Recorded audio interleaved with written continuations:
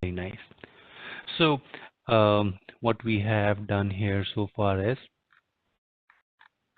when we started, we just gave a name to the virtual machine.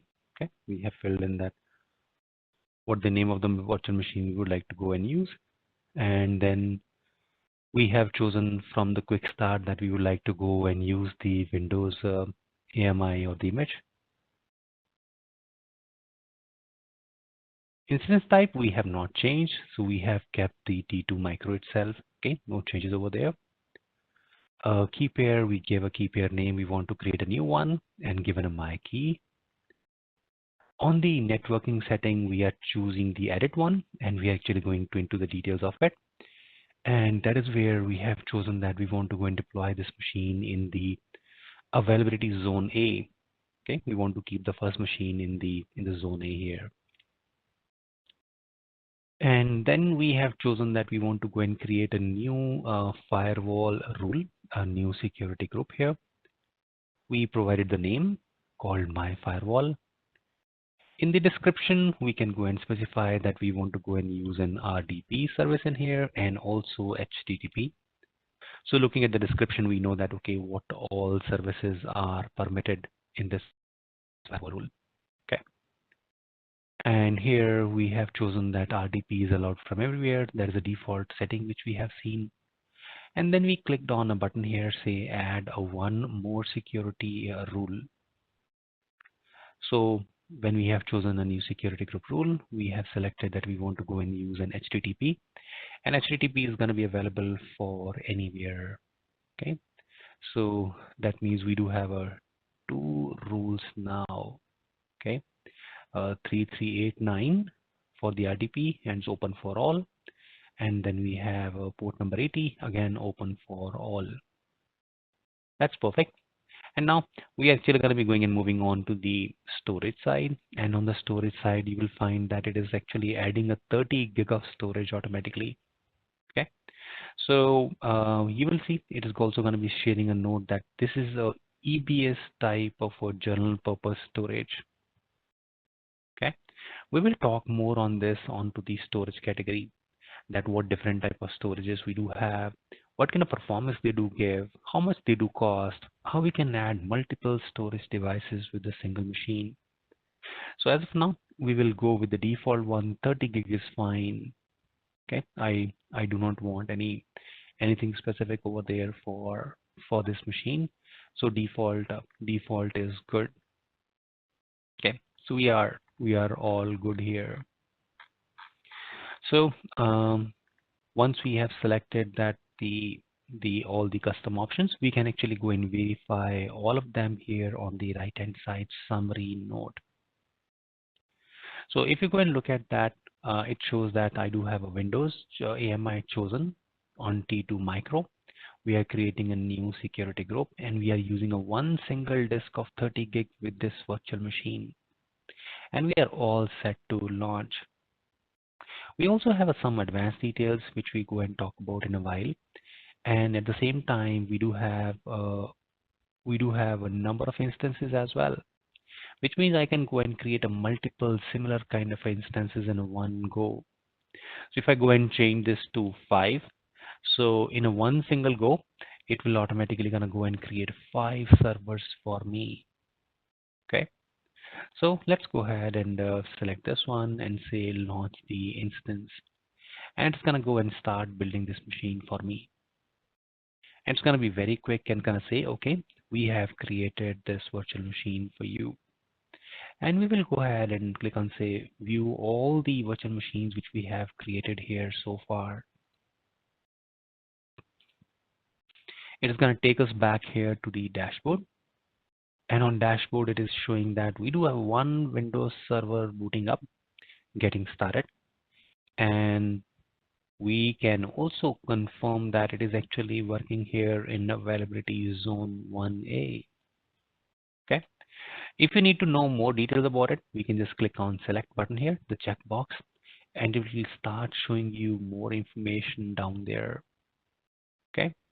So in here, we do have some IP configuration given to you. And you may notice that, there is some error given to you. Don't worry on that. This error is because we do not have a privilege or permission to use this option. Okay, that is why it is showing up here. We don't need that one, so don't worry on it. All right, so this looks good. Now we can simply refresh this one, and as soon as you refresh it, you will find that it is going to be going and showing you status check is initializing. Okay, so that means your machine is getting started. It is booting up. Windows is a little bulky operating system, right? Windows takes a little bit of time to boot up.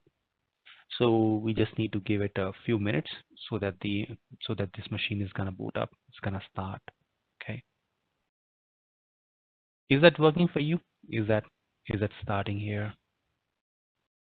Okay. If it says that my firewall already exists, so that's fine. Go and choose a my firewall one. Give it a different name. Okay. So once the status check or once the initialization is gonna be complete, once it's going to be all green, then we will go and try to connect to it. Now, how we're going to go and connect to it?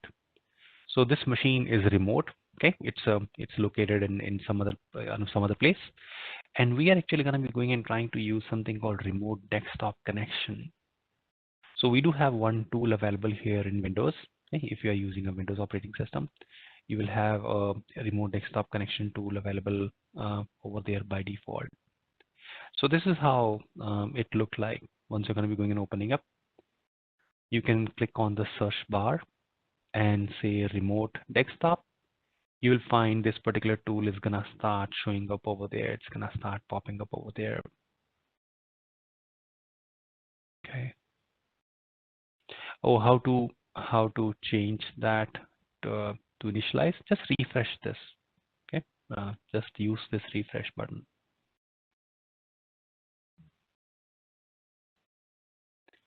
Anyone using Mac? You can download that for free.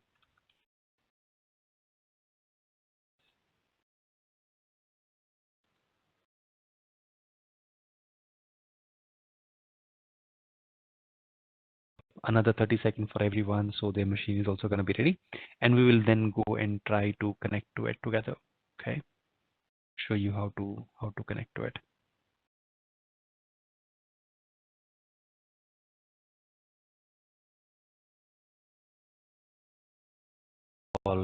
All good. It is all green. Okay, so that is where it is going to be mandatory for you to go and select the machine from to which you want to go to connect to. Okay, so let's go and then click on this connect button here. So as soon as you go and click, it is going to be going and showing you that how do you wish to connect to this virtual machine. So we do have a session manager. So session manager is actually a client-based agent. Okay. So it is going to go and install some software onto the machine and then going to help you connect through this tool. So right now we don't have the session manager configured for this machine. So second option we do have is the RDP client. And then third one is you can actually go and connect with the serial console as well. In case if you're using a physical server, in case if you have a specific model, you can actually connect to the directly to the console as well. We will be choosing the second option, which says RDP client, because we have opened the RDP service, we have opened the RDP port in the firewall. So we will go ahead and use this RDP setting here. All right. Then it says connect using the RDP, and we do have some important information available for this. So what information we do have available? So we do have a server name, and we do have the username, And then we don't have the password, but in place of the password, we have a button called Get the Password. Okay, so this is not a password, but it is actually a link. It is actually a button. You need to go and click and retrieve the password for you. Okay, all right. So we need to go and click on, say, I want to get the password. Okay, let's go and click in here that get the password. And when you're going to be going and requesting for the password, you actually need to go and provide the key. Okay, so it says this particular server, this particular virtual machine is using my key, and we will go and provide this my key here. We'll click on browse and locate the key.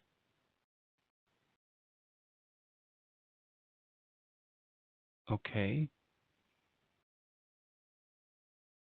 and as soon as we provide the key, we will go and decrypt this password.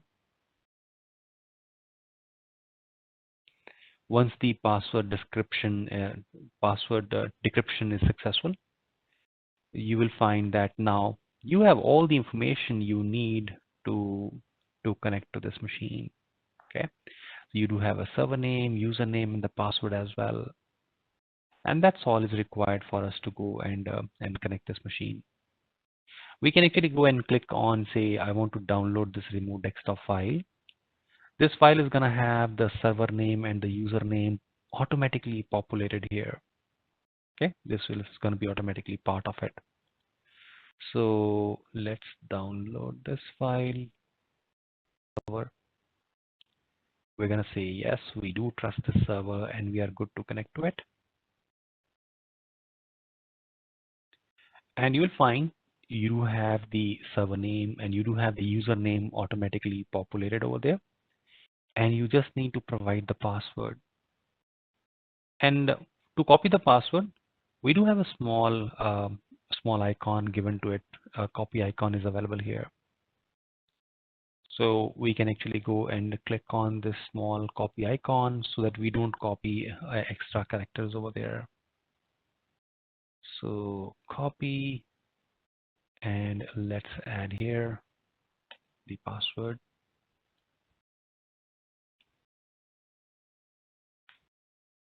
And we are all good. Okay, if I'm gonna go and click on say okay, it's gonna ask me one more time that are you sure you trust this remote server? It might be harmful to connect to some unknown servers. So let's say yes. And as soon as you say yes, is gonna go and try to open that remote desktop for you.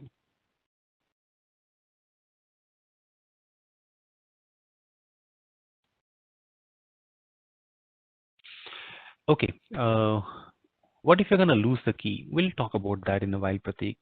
Okay. Okay. In case if you are using your official laptop, if you're using a laptop which is provided by your office, your organization, they might have some kind of endpoint protection installed on your laptop, and that may not allow you to go and connect to the remote machines. Okay.